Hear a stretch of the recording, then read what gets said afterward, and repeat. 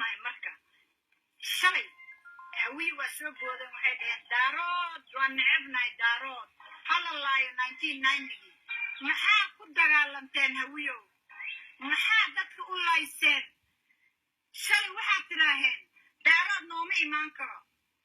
kaba ka waaweynuu wataa abgaala ka yeeraysay cabdullaahi yuusuf oo soo degay waa la wadaa waa loo taliyey waa laga tegay maantay waa loo fiiqay dhulka loo nadiifiyey xasan shiiqa ayagoo mugdo indhala-aana indhaha alla tiri indhaha ileen alla tiri 1972 ayaga aabbee usoo saftoo cirib tiray haddana xasan cirib tiray isdhahen laakiin ayagaa is cirib tiray daaraadkii aa shalallaysa kugu soo noqday don't you ever think inuu ku jecel yahay markaasa u sacbatumaysaa markaasa maanta welwadaa siyaad xamarka yeeraysaa I'm very very sorry abgaal cismaan السلام عليكم ورحمة الله وبركاته هو شرف بدن هو يدان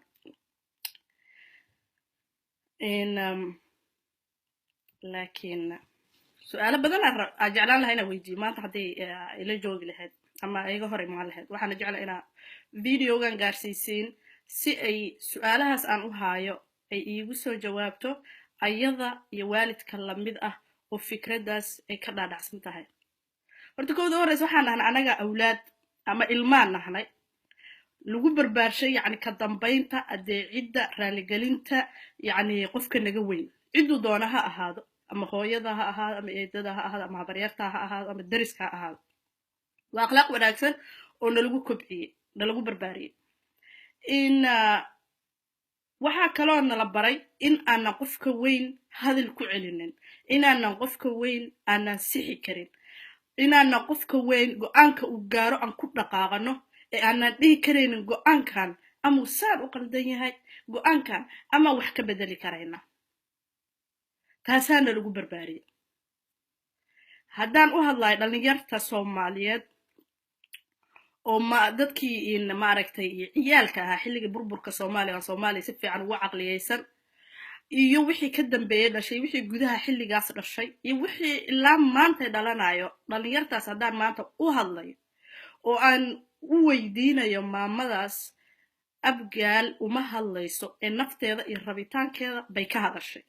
laakiin ku qiireynaysa inay abgaal u hadlayso waxaan weydiinaa waxaan ahayn dhalaan hadalkiina yacni maqla oo inka dambeeya abaalgud yacni hooyooyinka iyo aabooyinka Soomaaliyeed oo la mid ka ah maamadan oo ayaduna ka koow tahay iyo kuwa Soomaaliya kala qaybiyay waalidkaasoo waxaa tihiin waalidkeen sharaf baana naga mudan tihiin laakiin abaalgudkiini aan nasiin lahaydeen ka dambeyntiini maqalkiini muxuu noqday wuxuu noqday anaa in xasuusinaya annagoo ciyaal ah yacni annagoo ilmo ah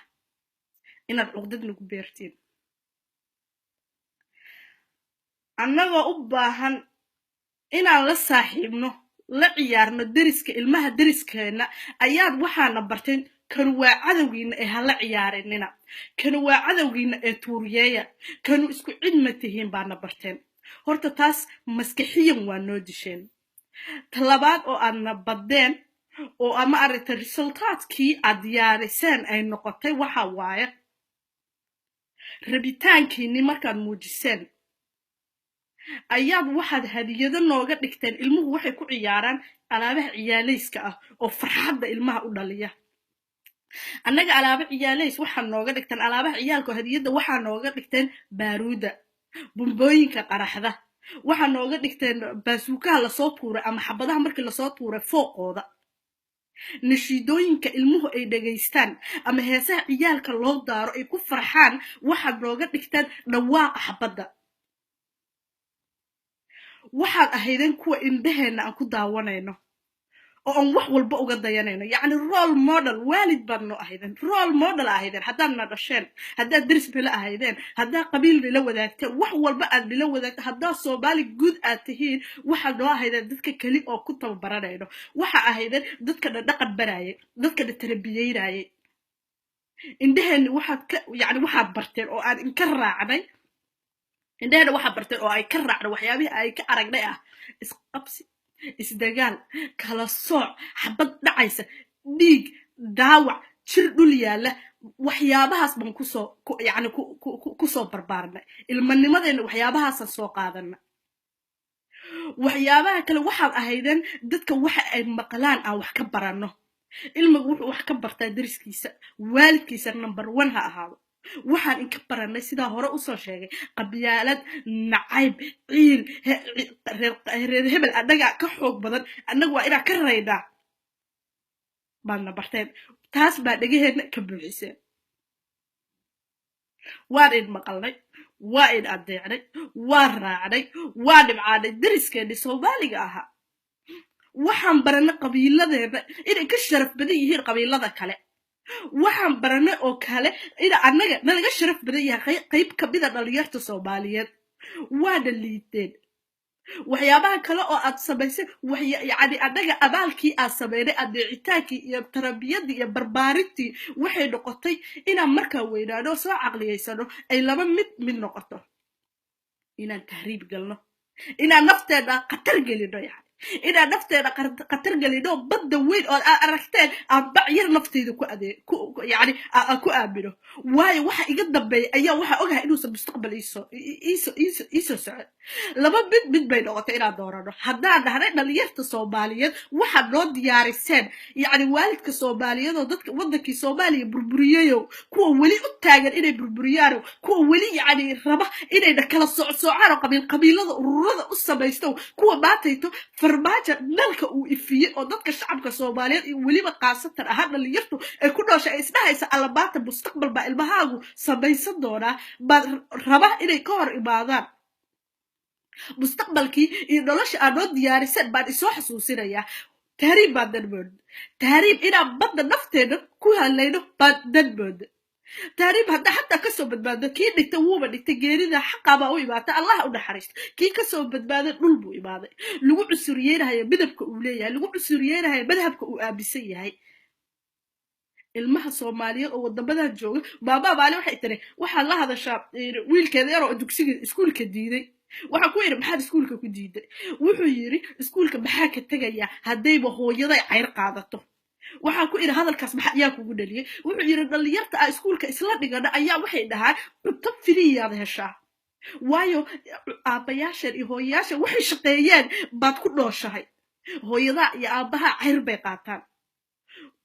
naagta u balaysa inay ilmaheeda la soo badbaado dhibaatada soomaaliya ku dhacaysa aysa ayada saameyneyn ama aabbaha sidaas dareemayo ogow ilmaha iskuullada inay dhigto cuqdada ay ku nool yihiin ilaa man raxim rabbi qof ka badbaado adkaysi yeesha ma aane ma jiro ilmay soomaali ah oo iskuul dhigto oo cuqdad la kulminin anoo hadalka aan in ku dheeraynaynin waxaan kaloo in soo xasuusinayaa inaan danmoodna isqarxiska waayo waa halka madhaba halka meel uu u arkay qofka dhalinyarta ah oo doortay inuu naftiisa qarxiyo yacni inuu uga bixi karaayo noloshan mugdiga ah waayo cadaawad baan ugu koriseen nacay baan ugu koriseen nacayb nolosha dhan baan nacnay jacayl miinaan na tusinin nabad miinaan na tusinin bal iiga jawaab su-aashada maxaad ka faa'iiday maxaa noloshaas ka faa'iida aad nagu koriseen haddaan dhalinyar soomaali nahnay oo maanta weli al'aanka aadna isticmaalaysiin gobollo aan u taagan nahnay waayo ninka qoriga wada ma ahan waayeel ma ahan aabbalada konton jir ah waa wiil dhalinyaro ah waa dadkii dhashay xilligii dagaalada ama ka dambe weli al'aanka waa u taagannahnay waayo cadowga iyo nacaybka aad nagu koriseen baa u taagan nahnay maxaad ka faa'iida mar ma waxaad ka faa'iida hebel waa geesi wuxuu jecel yahay qabiilkiisa waa nin saan ah waa nin taas baad ka faa'iida ma lagu caleema saar oo qabiilkaagaa ku doortay maxaad ka faa'iida anigu waaba fahmi la ahay maskaxdaydana way ka dhaadhici la-dahay dhalinyar badan oo soomaaliyana weli way ka dhaadhici la-dahay ma aragta waxyaabaha aad ka faa'iideen dhibaatada aadna kala dhex dhigteen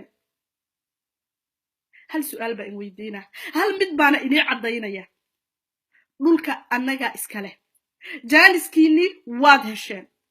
yacni wixii aad qaban karteen wixii aad fali karteen wixii aad qurdudubi karteen wixii aad jijabin karteen waxaad nacayb iyo cadaawad ku beeri karteen waad hesheen jaaniskiinii jaaniska maanta annaga buu lila jiraa waxaana ballan ku qaadaynaa haddaan dhalinyarta soomaali nahnay waxaad noo diyaaraysaan mustaqbalka noo diyaarisan inaana awlaadeena u diyaarin